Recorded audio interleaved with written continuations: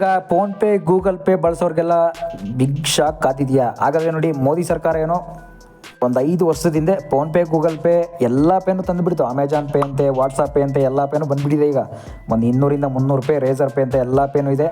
ಅದರಲ್ಲಿ ಚಾಲ್ತಿಯಲ್ಲಿ ಜಾಸ್ತಿ ಇರ್ತಕ್ಕಂಥದ್ದೇ ಗೂಗಲ್ ಪೇ, ಫೋನ್ಪೇ, ಪೇಟಿಎಮ್ ಮಾತ್ರ. ಆದರೆ ಈಗ PhonePe Google pay online pay ಯಾರ್ಯಾರು ಯೂಸ್ ಮಾಡ್ತಾಯಿದ್ದೀರಾ ಎಲ್ರಿಗೂ ಕೂಡ ಶಾಕ್ ಆಗಿರುತ್ತೆ. ಯಾಕೆಂದರೆ ನಮ್ಮ ಸಾಮಾನ್ಯ ಜನಗಳಿಗೆ ಮಾತ್ರ ಅಲ್ಲ, ಎಲ್ಲರಿಗೂ ಬೇಕ್ರಿ, ಕಾಂಡಿಮೆಂಟ್ಸು, ಜ್ಯೂಸ್ ಶಾಪು, ಏನೇ ಕಮರ್ಷಿಯಲ್ ಶಾಪ್ ಇಟ್ಟಿರೋರ್ಗೆಲ್ಲರಿಗೂ ಕೂಡ ಈಗ ಶಾಕ್ ಆಗಿದೆ.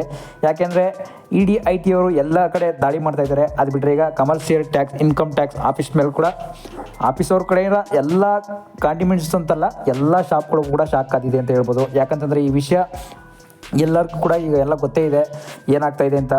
ನೋಡಿ, ಫೋನ್ಪೇ ಗೂಗಲ್ ಪೇ ಅಂತಂದರೆ ನಾವು ಏನೋ ಒಂದು ಈಸಿ ಇರ್ತಿತ್ತು ಅಮೌಂಟ್ನ ಟ್ರಾನ್ಸಾಕ್ಷನ್ ಮಾಡೋದಕ್ಕೆ, ಅಮೌಂಟ್ನ ಕಳಿಸಿ ಒಂದು ತೊಗೊಳೋದಕ್ಕೆ ಏನೋ ಒಂದು ಈಸಿ ಇರ್ತಿತ್ತು ಅಂತ ಕೇಳ್ಬೋದು. ಆದರೆ ಈಗ ಈಸಿ ಇಲ್ಲ. ಈಗ ನೋಡಿ, ಇಷ್ಟು ಗೌರ್ಮೆಂಟೆಲ್ಲ ಈಗ ಟ್ಯಾಕ್ಸ್ ಹಾಕ್ತಾ ಇರೋದು ಏನಕ್ಕೆ?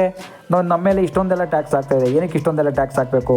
ನೋಡಿ, ಅದು ಅಲ್ಲದೆ ಕೂಡ ಇಷ್ಟೊಂದೆಲ್ಲ ಕಮರ್ಷಿಯಲ್ ಶಾಪ್ ಮೇಲೆಲ್ಲ ಎಲ್ಲರೂ ಕೂಡ ಶಾಕ್ ಆಗಿರ್ತಾರೆ. ಈಗ ಏನಕ್ಕೆ ಶಾಕ್ ಆಗಿರ್ತಾರೆ ಅಂತಂದರೆ, ಕಮರ್ಷಿಯಲ್ ಶಾಪ್ ಮೇಲೆ ಇಷ್ಟೊಂದೆಲ್ಲ ಟ್ಯಾಕ್ಸ್ ಆಗ್ತಿರೋದು ಯಾಕೆ ಅಂತೆಲ್ಲ ಎಲ್ಲರೂ ಕೂಡ ಗೊತ್ತೇ ಇರುತ್ತೆ. ಆದರೆ ಏನಕ್ಕೆ ನಾವು ಇಷ್ಟೊಂದು ಟ್ಯಾಕ್ಸನ್ನು ಕಟ್ಟಬೇಕು ಅಂತ ಕೂಡ ನಮ್ಮ ಜನಗಳಿಗೆ ಕೇಳ್ತಾ ಇರೋದು. ನಾವು ಇಷ್ಟೊಂದು ವ್ಯಾಪಾರನೇ ಆಗಿಲ್ಲ, ನಾವು ಬಂಡವಾಳ ಹಾಕಿರೋದೇ 5 ಲಕ್ಷ, 5 ಲಕ್ಷದಲ್ಲಿ 1 ಲಕ್ಷನೂ ಕೂಡ ನಮ್ಗೆ ವ್ಯಾಪಾರ ಆಗಲ್ಲ. ನಾವಿಷ್ಟು 57 ಲಕ್ಷದಿಂದ 30 ಲಕ್ಷ, 50 ಲಕ್ಷ, 80 ಲಕ್ಷ ಗಂಟ ನಾವು ಟ್ಯಾಕ್ಸ್ ಎಲ್ಲಿಂದ ತಂದು ಕಟ್ಟಬೇಕು? ಹಾಗಾದರೆ ಟ್ಯಾಕ್ಸ್ ಕಟ್ಟಬೇಕು ಅಂದರೆ ನಾವು ಹಾಗಾದರೆ ನಮ್ಮ ಕಾಂಡಿಮೆಂಟ್ಸೇ ಮಾರಿಬಿಡ್ತೀವಿ, ನಮ್ಮದು ಏನೋ ಒಂದು ಶಾಪ್ನೇ ಮಾರಿಬಿಡ್ತೀವಿ. ನಮಗೆ ಬಿಸ್ನೆಸ್ಸು ಬೇಡ, ನಮ್ಮ ಟ್ಯಾಕ್ಸು ಬೇಡ, ನಮ್ಗೆ ಏನಂದ್ರೆ ಏನೂ ಬೇಡ, ನಮಗೆ ಲಾಭನೂ ಬೇಡ, ಏನೇ ಬೇಡ ಅಂತ ಅಂದ್ಬಿಟ್ಟು ಕೂಡ ಈಗೆಲ್ಲ ನಮ್ಮ ಜನತೆ ಕೂಡ ಎಲ್ಲ ರೊಚ್ಕೆದಿದ್ದಾರೆ. ಮುಂದೆ ಹಾಗಾದರೆ ನಮ್ಮ ಬೀದಿ ಬದಿ ವ್ಯಾಪಾರಿಗೂ ಕೂಡ ಟ್ಯಾಕ್ಸ್ ಕಾದಿದೆಯಾ? ಅಂದರೆ ಟ್ಯಾಕ್ಸ್ ಅನ್ನೋದಕ್ಕಂಥದ್ದು ಒಂದು ಏನೋ ಟ್ಯಾಕ್ಸ್ ಬೀಳುತ್ತೆ. ಹಾಗಾದರೆ ನೋಡಿ, ಅಲ್ಲೂ ಕೂಡ ಫೋನ್ಪೇ ಗೂಗಲ್ ಪೇ ಅನ್ನೋದು ಎಲ್ಲರೂ ಕೂಡ ಯೂಸ್ ಮಾಡ್ತಾಯಿದ್ರು. ಆಲ್ಮೋಸ್ಟು ಏನೋ ನಾವು ಕಾಸು ಕೊಟ್ಟರು ಕೂಡ ಜಾಸ್ತಿ ಇಸ್ಕೊತಿರಲಿಲ್ಲ, ಆನ್ಲೈನೇ ಮಾಡಿ ಅಂತೆಲ್ಲ ಮಾಡಿಸ್ಕೊತಿದ್ರು. ಈಗ ಅವ್ರಿಗೂ ಕೂಡ ಇಷ್ಟು ವ್ಯಾಪಾರ ಆಗ್ತಾಯಿದೆ ದಿನ ಅನ್ನೋದು ಎಲ್ಲರೂ ಸರ್ಕಾರಕ್ಕೂ ಕೂಡ ಕಂಡು ಬಿದ್ದಿದೆ. ಈಗ ಜನಗಳಂತಲ್ಲ, ಎಲ್ಲರಿಗೂ ಕೂಡ ಇಷ್ಟು ವ್ಯಾಪಾರ ಆಗಿದೆ, ಇಷ್ಟು ವ್ಯಾಪಾರ ಆದಮೇಲೆ ನೀನು ಇಷ್ಟು ಟ್ಯಾಕ್ಸ್ ಕಟ್ಟಲೇಬೇಕು ಅಂತ ಅಂದ್ಬಿಟ್ಟು ಕೂಡ ಹೇಳುತ್ತೆ. ಈ ಶಾಕ್, ಇದು ಕಮರ್ಷಿಯಲ್ ಟ್ಯಾಕ್ಸ್, ಇನ್ಕಮ್ ಟ್ಯಾಕ್ಸ್ ಏನಿದೆ ಅದೆಲ್ಲ ಬಂದು ಹೇಳ್ತಾರೆ. ಆದರೆ ನಿಜವಾಗ್ಲೂ ನೋಡಿ, ಬೀದಿ ಬದಿ ವ್ಯಾಪಾರಿಗಳು ಅಂತಂದರೆ ಒಂದು ಒಪ್ಪತ್ತಿನ ಊಟಕ್ಕೂ ಕೂಡ ಏನೋ ಒಂದು ವ್ಯಾಪಾರ ಮಾಡಿಕೊಂಡು ಒಂದಷ್ಟೋ ಇಷ್ಟೋ ಏನೋ ಬೀದಿ ಬದಿ ವ್ಯಾಪಾರದಿಂದ ಏನೋ ಒಂದು ಗೂಡು ಕಟ್ಕೊಂಡು ಇರೋಣ ಅನ್ನೋ ಒಂದು ವ್ಯಾಪಾರದಲ್ಲಿ ಈಗ ಗೌರ್ಮೆಂಟ್, ಕರ್ನಾಟಕ ಸರ್ಕಾರ ಈಗ ಏನು ಮಾಡ್ತಾಯಿದೆ ಅಂದರೆ ಎಲ್ಲರ ಮೇಲೆ ಈ ರೀತಿ ಟ್ಯಾಕ್ಸ್ ವಿಧಿಸ್ತಾ ಇರೋದು ನಿಜವಾಗ್ಲೂ ಇದೊಂಥರ ಸಂತೋಷದ ವಿಷಯನ ನೀವೇ ತಿಳಿಸಿ ನಿಜವಾಗ್ಲೂ. ಯಾಕೆಂತಂದರೆ ಎಲ್ಲದರಲ್ಲಿ ನೋಡಿ, ಏನೋ ಒಂದು ಮಳೆ ಬಂದರೆ, ಬಿಸಿಲು ಬಂದರೆ, ಬೀದಿ ಬದಿ ವ್ಯಾಪಾರಿಗಳು ನೀವೇ ನೋಡ್ತಾ ಇರ್ತೀರಲ್ಲ, ಒಂದು ಮಳೆ ಬಂದರೂ ಕೂಡ ನೆನ್ಕೊಂಡು ವ್ಯಾಪಾರ ಮಾಡ್ತಾಯಿರ್ತಾರೆ. ಅಂಥ ಟೈಮಲ್ಲೂ ಕೂಡ ಇಂಥ ಒಂದು ವ್ಯವಸ್ಥೆ ಇಲ್ಲದೇ ಇದ್ದರೂ ಕೂಡ ಎಲ್ಲಿ ನೋಡಿ, ಮಳೆ ಬಂದರೂ ನೆನ್ಕೊಂಡೇ ಮಾಡಬೇಕು, ಅವ್ರಿಗೇನು ಒಂದು ಫೆಸಿಲಿಟಿ ಇಲ್ಲ, ಆದರೂ ಕೂಡ ಅವ್ರಿಗೆ ಟ್ಯಾಕ್ಸ್ ಕಟ್ಟಲೇಬೇಕು ಅಂತ ಒಂದು ಶಾಕ್ ಬರ್ತಾಯಿದೆ ಅಂತಂದರೆ ನೀವು ನಂಬಲೇಬೇಕಾಗುತ್ತೆ. ಈಗ ನೋಡಿ, ಇಂತಿಂಥ ಟ್ಯಾಕ್ಸ್ಗಳನ್ನೆಲ್ಲ ನಿಜವಾಗ್ಲೂ ಕಟ್ಟೋಕ್ಕಾಗುತ್ತಾ? ಅಷ್ಟೊಂದು ಲಕ್ಷ ಟ್ಯಾಕ್ಸನ್ನು ಎಲ್ಲಿಂದ ತಂದು ಕಟ್ತಾರೆ? ಅಷ್ಟೊಂದು ದುಡ್ಡು ವ್ಯಾಪಾರನೂ ಕೂಡ ಅಷ್ಟೊಂದು ಆಗಲ್ಲ ಅವ್ರಿಗೆ, ಆದರೂ ಕೂಡ ಟ್ಯಾಕ್ಸ್ ಕಟ್ಟಲೇಬೇಕು ಅಂತ ಈಗ ಸರ್ಕಾರ ಏರ್ತಾ ಇರೋದ್ರಿಂದ ಈಗ ಟ್ಯಾಕ್ಸನ್ನು ಎಲ್ಲಿಂದ ತಂದು ಕಟ್ತಾರೆ?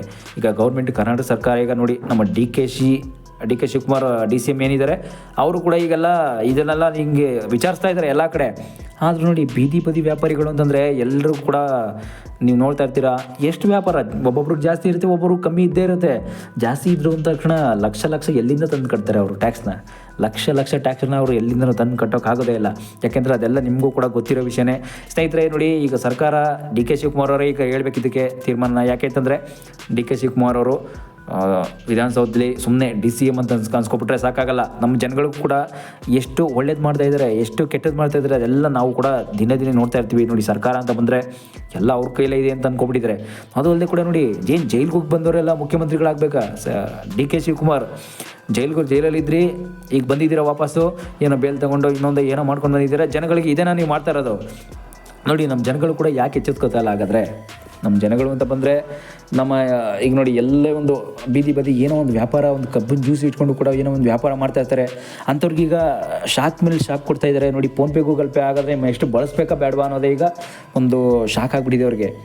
ನೆಕ್ಸ್ಟು ಬಳಸೋದೇ ಬೇಡ, ಅಯ್ಯೋ ನಿಜವಾಗ್ಲೂ ಇದು ಬಳಸ್ತಾ ಇರೋದ್ರಿಂದ ನಮ್ಗೆ ಏನೋ ಒಂದು ತೊಂದರೆ ಇದೆ, ಅಪಾಯ ಇದೆ, ನಾವು ಎಲ್ಲಿ ಇಷ್ಟೊಂದು ಟ್ಯಾಕ್ಸ್ ಕಟ್ಟಬೇಕು? ಹಾಗಾದರೆ ಇಷ್ಟೊಂದು ಟ್ಯಾಕ್ಸನ್ನು ನಾವು ಕಟ್ಟಬೇಕಂದ್ರೆ ಫೋನ್ಪೇ ಗೂಗಲ್ ಪೇ ಬೇಡಪ್ಪ. ಯಾರು ಈಗ ನೋಡಿ, ನಾನು ಕೂಡ ಈಗ ಅಲ್ಲೇ ಒಂದು ಶಾಪ್ಗೆ ಹೋಗಿ ಬಂದೆ, ಫೋನ್ಪೇ ಗೂಗಲ್ ಪೇ ಮಾಡಬೇಡಪ್ಪ, ನಮಗೆ ಕ್ಯಾಶ್ ಇದ್ದರೆ ಕೊಟ್ಬಿಡಪ್ಪ ಅಂತ ಕೇಳ್ತಿದ್ದಾರೆ. ನೋಡಿ, ಕ್ಯಾಶ್ ಇದ್ದರೆ ನೋಡಿ, ಈಗ ಮೋದಿ ತಂದ ಒಂದು ಫೋನ್ಪೇ ಗೂಗಲ್ ಪೇ ಒಂದು ಏನಿದೆ ಟ್ರಾನ್ಸಾಕ್ಷನ್ ಏನಿದೆ ಅದೆಲ್ಲ ಪೇಟಿಎಮ್ ಅಂತ ಆಗುತ್ತಾ, ಏನೇನೋ ಒಂದು ಆನ್ಲೈನ್ ಪೇ ಏನಿದೆ ಅದೆಲ್ಲ ಈಗ ಎಲ್ಲಿ ಹೋಗಿಬಿಟ್ಟಿದೆ, ಯಾವ ಮಟ್ಟಕ್ಕೆ ಬಂದುಬಿಟ್ಟಿದೆ ಅಂದರೆ ಮಿತ್ರರೇ, ಇದೆಲ್ಲ ನೀವು ನಂಬ್ತೀರಾ? ಎಲ್ಲೂ ಹೋಗ್ಬಿಟ್ಟಿದೆ.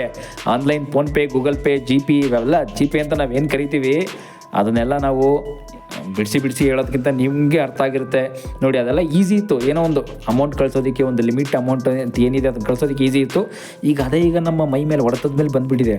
ಈಗ ಅದು ಮುಚ್ಚೋಗುತ್ತಾ ಇಲ್ಲ ಏನಾಗುತ್ತೋ ಅನ್ನೋದು ನೆಕ್ಸ್ಟ್ ವೀಡಿಯೋದಲ್ಲಿ ಗೊತ್ತಾಗುತ್ತೆ. ಸದ್ಯಕ್ಕೆ ನೋಡಿ ಈಗ ಎಲ್ಲರಿಗೂ ಕೂಡ ಶಾಕ್ ಆಗಿದೆ ಅಂತ ಹೇಳ್ಬೋದು.